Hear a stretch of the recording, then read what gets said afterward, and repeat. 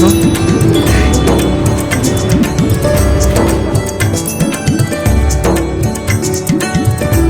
Good morning sensation family. শুক্রবার সকাল সকাল উঠে পড়ছি আজকে।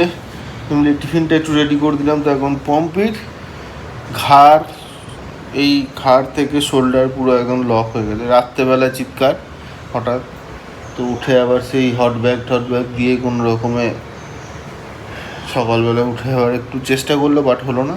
তো আমি উঠে মোটামুটি এই যে ব্রেডওয়ালা যে ইয়েটা বানাই ওটা বানিয়েছি, এটাতে ফল দিয়েছি। তো আজকেও আছে টুর্নামেন্ট, কালকেও নাকি আছে। এবার সোমবার থেকে পরীক্ষা। বারবার করে বলছি যে আর কালকে যাওয়ার দরকার নেই, সে যাবে। কালকে প্র্যাকটিস আছে মনে হয়। তো প্র্যাকটিস যদি হয় খুব বেশিক্ষণের জন্য হবে না, ঠিক আছে দেখা যাক।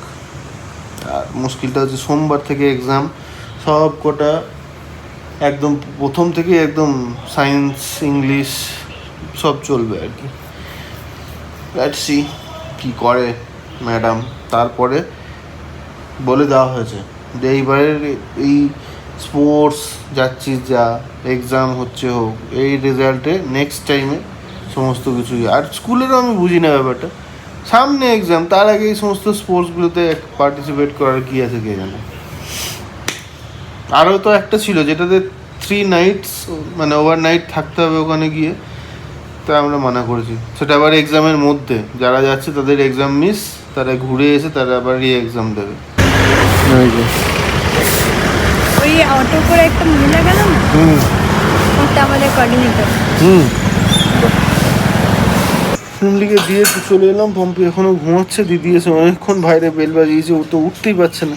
মানে এই পোর্শনটা আর এইটা লক হয়ে গেছে পুরো।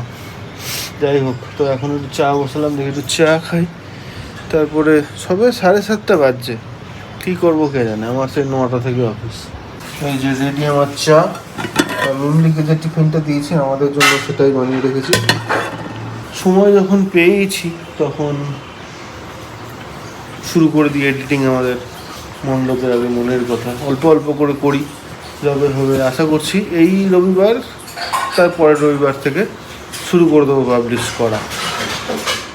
Let's hope for the best. আমি জানি অনেকেই ওয়েট করছো, কমেন্ট করছো, ফেসবুকে ইনস্টাগ্রামে মেসেজ করছো যে দাদা কবে পাবলিশ করবে। কাউকে আমি কিচ্ছু আনসার করিনি এই ব্যাপারটায়, তার কারণ আমি নিজেই জানি না এটা কবে ছাড়বো। হয় ওই যেমনটা বলছিলাম জুলাইয়ের এন্ডে, নাহলে আগস্টের। তো অগস্টের ফার্স্টে করলে আমি মনে হয় কমপ্লিট করতে পারবো না পুজোর আগে। ওই জন্য এই জুলাইয়ের লাস্ট 25 তারিখের যে উইক, সেই উইক থেকেই রবিবার দিন করে একটা করে পাবলিশ করব। তো সেই রকমই আপাতত প্ল্যানে আছে, দেখা যাক। যদি এবার অন্য কিছু হয়, কোনো চেঞ্জ হয়, সেটা তোমাদের অবশ্যই জানাবো।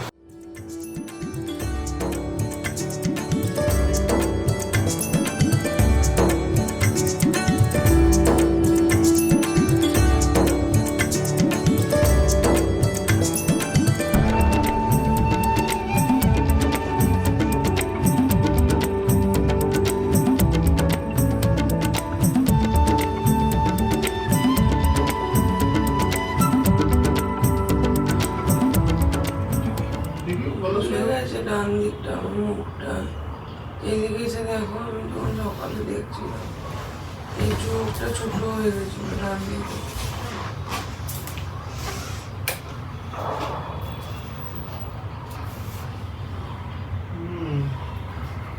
9:05 এদিকে যে টিফিন নিয়ে বসেছি। এটা আমি ক্লাস 5 অবধি বাড়ি থেকে পড়াশুনো করেছি, তারপরে হস্টেলে ছিলাম। মা, রাজদীপ বলে আমার এক বন্ধু ছিল, ও কাকিমা একবার বানিয়ে দিয়েছিল। মাকে এসে বলি যে এরকম একটা বানিয়েছে, আলু ডুমু ডুমু করে আলু কেটে তার সঙ্গে পাউরুটি দিয়ে একটা শটে করে, তখন তো আর শটে ফটে বলিনি, তো মা নিজের রেসিপি করে বানিয়ে দিয়েছিল, হেভি লেগেছিল। তো এখন যখনই ওই মিল কিছু একটা বানাতে হয়, যদি ঘরে ব্রেড থাকে হেভি লাগে। এদিকে এডিটিংও শেষ, ম্যাডাম উঠবার চেষ্টা করছে, বাট আবার ওই ঘাড়ে ব্যথাটা হচ্ছে ওই জন্য হট ব্যাগটা আবার গরম করতে দিয়েছি, ওটা দেবো, গরম সেকটে নেবে, তারপর যদি উঠতে পারে দেখবো। আর একটা মলম আনিয়েছি, ওই মলমটা দিয়ে আশা করছি ঠিক হবে, না হলে বেশি বাড়াবাড়ি হলে তখন ডাক্তারের কাছে দেখা যাবে।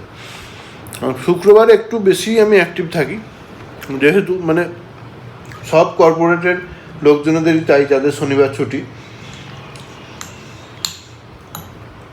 শুক্রবার এলে হ্যাঁ দ্বিগুণ জোশ, আর রবিবার এলেই আবার সব ঝুমিয়ে ওই কাল থেকে আবার অফিস।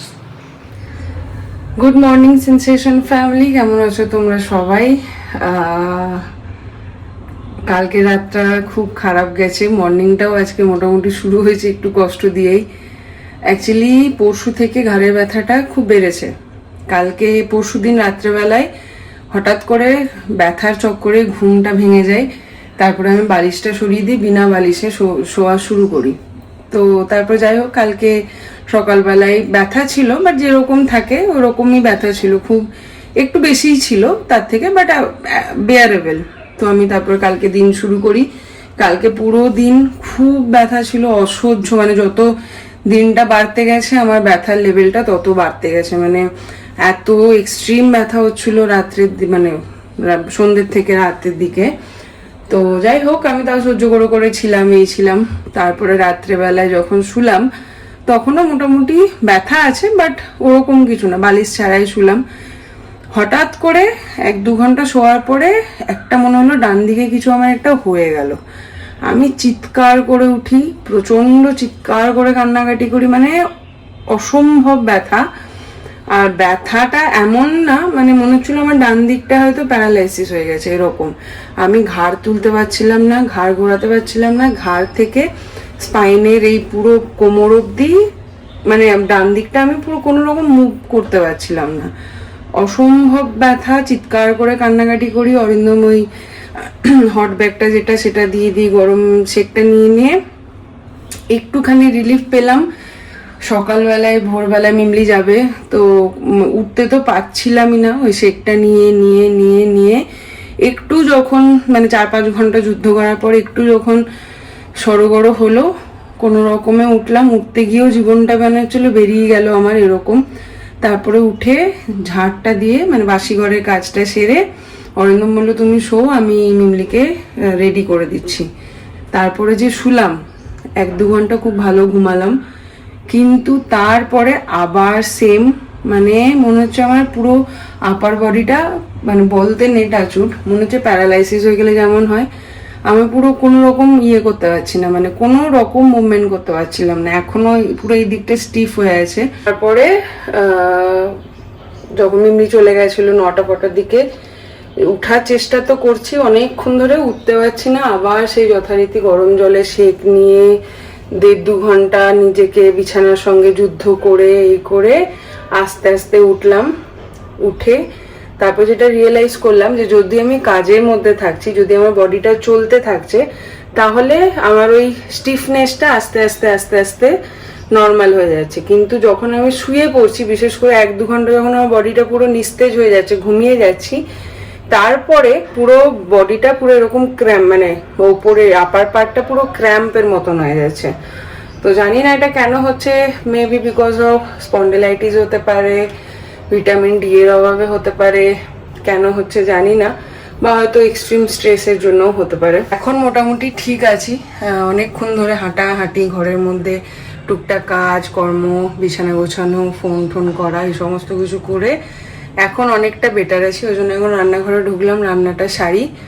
বিকেলবেলায় অ্যাপয়েন্টমেন্ট নেওয়া হয়েছে সন্ধ্যেবেলায়। কালকে আমার এক্সিবিশন আছে, সব থেকে বড় যেটা টেনশনের কারণ। তো বাবাকে যে মলমটা দিয়েছিল ঘাড়ের জন্য, সেই মলমটা নিয়েছি, ওটা একটু দেব। এখন একটু ঠিক আছে, যার জন্য রান্নাঘরে ঢুকেছি, রান্নাটা করে নিই, করে আবার একটু রেস্ট নিয়ে বিকেলবেলায় যাব দোকানে। কালকে এক্সিবিশনের প্রিপারেশনটা নিয়ে নিতে হবে, তো ওটাই একটা চিন্তার বিষয়। কালকে যদি ঠিকঠাক থাকতেই হবে আর কি, কেন কি পুরো দিন সকাল 11টা থেকে রাত্রি 9:30 অবধি এক্সিবিশন চলবে। তো দেখা যাক কি হয়। এখন আপাতত চলার মতন কন্ডিশনে আছি।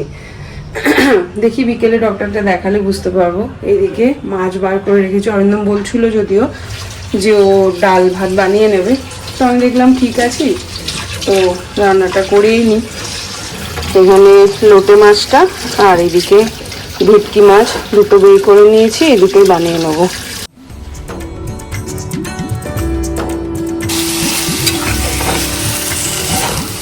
লোটে মাছটা আজকে ঝুড়ি মতন করলাম, আর এখানে ভেটকি মাছটা ভেজে নিয়েছি, গ্রেভিটা বানাচ্ছি। এই মলমটা সত্যি মানে এত ভালো, আমাকে উঠে দাঁড়াতে হেল্প করলো পুরো আর কি। তো আমি অবশ্যই করে তোমাদের সাথে শেয়ার করে দেবো, যেহেতু মলম তাই করবো, তাও নিজেদের ব্যাপারটা মাথায় রেখে তবেই যদি কেউ চাও ইউজ করো। মানে আমি বলছি বলেই করতে হবে এরকমটা নয়, কেন কি এটা মেডিসিন হচ্ছে, বাট বেশ ভালো। মানে বললাম না, আমাকে উঠে দাঁড়াতে পর্যন্ত হেল্প করলো আর কি। এই যে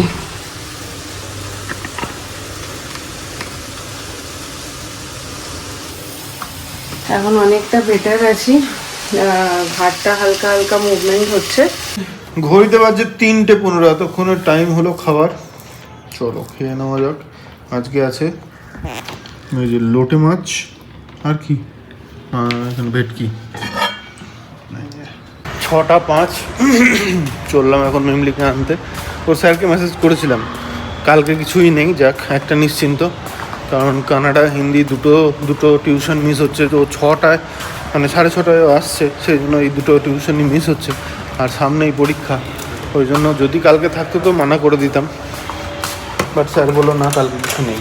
ফ্যামিলিকে নিয়ে এসে চান ঠান করে এবার বেরোচ্ছি। ম্যাডামকে নিয়ে যাবো হচ্ছে গিয়ে ডক্টরের কাছে। অলরেডি সকালবেলায় তো অ্যাপয়েন্টমেন্ট বুক করে নেওয়া হয়েছে। এবার বোঝা যাচ্ছে না কী থেকে ব্যাপারটা হচ্ছে। সন্ধ্যেবেলা আবার একটু শরীরটা খারাপ করেছিল। কি মনে হচ্ছে?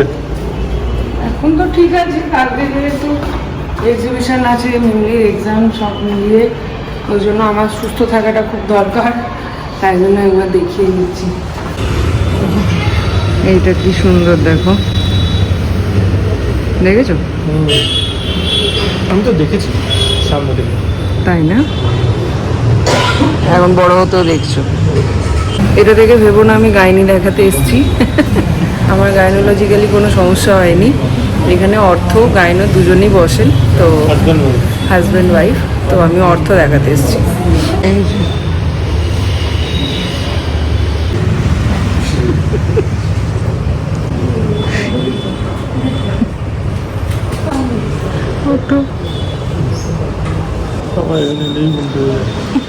ঠিক গিরি ওটো করে কে ঘুমাই।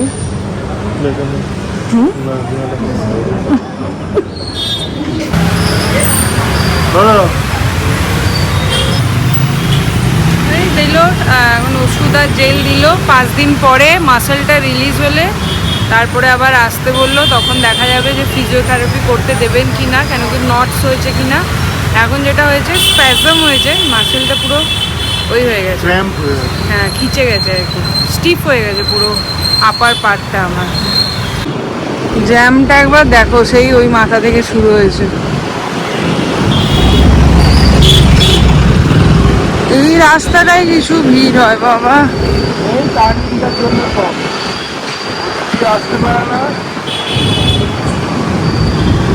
অ্যাকচুয়ালি বেগুরটা ওই দিকটা এখন অনেক বসতি হয়ে গেছে, যার জন্য আর এইটাই একটাই রোড।